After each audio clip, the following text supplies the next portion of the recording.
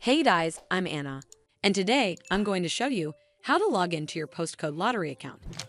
This video is going to be a step-by-step tutorial.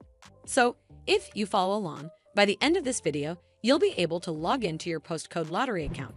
So first of all, you need to open up a browser on your device, and then type in postcodelottery.co.uk in the URL bar at the top, and then hit enter. It'll take a bit to load up the website. And once you're on this webpage, click on this login button right over here. Over here, you simply need to enter in your Postcode Lottery account login credentials. As you might already know, that passwords are case sensitive, so make sure that your caps lock key is turned off.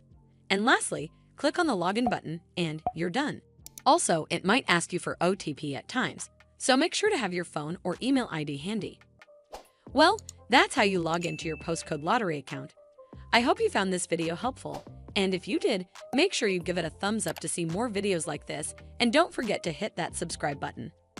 We'll see you in the next one.